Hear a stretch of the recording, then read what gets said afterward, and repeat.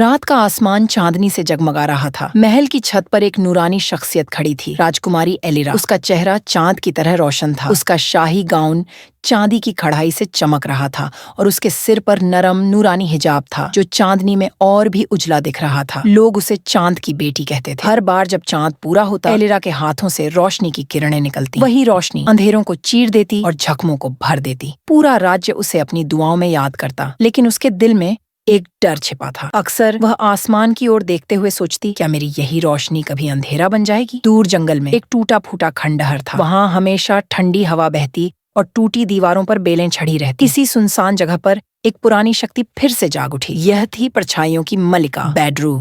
उसका चेहरा चांदनी सा सफेद था, आंखें जलते अंगारों की तरह लाल। उसके फटे पुराने काले लिबास से अंधेरे के साए उठ रहे थे। हवा अचानक तेज चलने लगी। खंडहर की दीवारें कांप उठी। बैडरू गरज उठी, चांदनी ने मुझे कभी कैद किया था, अब मैं उसी चांदनी को निगल जाऊं। एलिरा, तेरी रोशनी ही मेरा श्राप तोड़ने की कुंजी है। उसके जागते ही जंगल मुरझा गया, नदियों का पानी काला पड़ गया, पूरे राज्य में खौफ फैलने लगा। एक रात एलिरा उदासी में महल के बाग में टहल रही थी। फूल मुरझा चुके थे, हवा भारी हो गई थी। तभी अचानक एक चमक हुई। उसके सामने एक सफेद जादुई घोड़ा उतरा, जिसकी पीठ पर पंख थे और पूरे शरीर पर सितारे चमक रहे थे। घोड़े ने कहा, तुम अकेली नहीं हो राजकुमारी, मैं तुम्हें तुम्हारी मंजिल तक ले जाऊंगा। एलिरा ने हैरानी से पूछा, तुम्हें कैसे पता कि मेरा रास्ता कौन सा है? घोड़ा शांत स्वर में बोला, रोशनी हमेशा सच की तरफ ले जाती है और मैं तुम्हें सच तक पहुंचाऊंगा। सफर के दौरान एलिरा की मुलाकात एक अनजान राजकुमार से हुई। उसका नाम एरियन था। वह उसके रास्ते में खड़ा हो गया और गंभीर स्वर में बोला, तुम्हारी रोशनी सबको खतरे में डाल रही है, इसे रोकना होगा।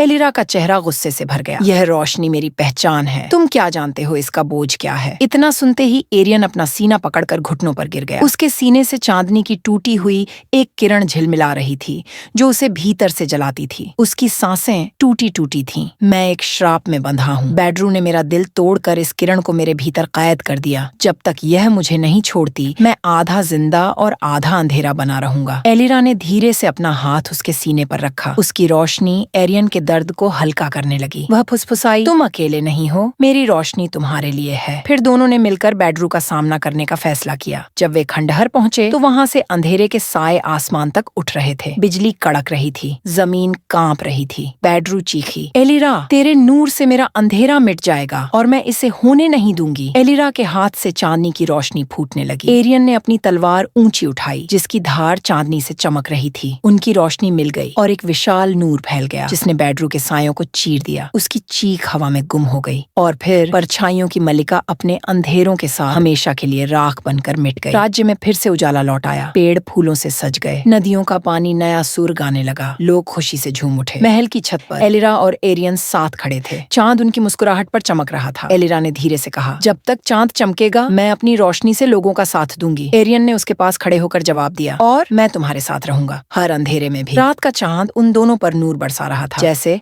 हर तारा उनकी कहानी सुन रहा हो। इस तरह एलिरा और एरियन ने अपने राज्य को अंधेरे से बचा लिया। अगर आपको ये जादुई कहानी पसंद आई हो तो चैनल को जरूर सब्सक्राइब करें और वीडियो को अपने दोस्तों के साथ शेयर करें। आपकी छोटी सी मदद से हमें और भी नई कहानियां बनाने की प्रेरणा मिलती है। अगली कहानी में हम एक और अद्भुत सफर लेकर आएंगे, तो जुड़े रहिए।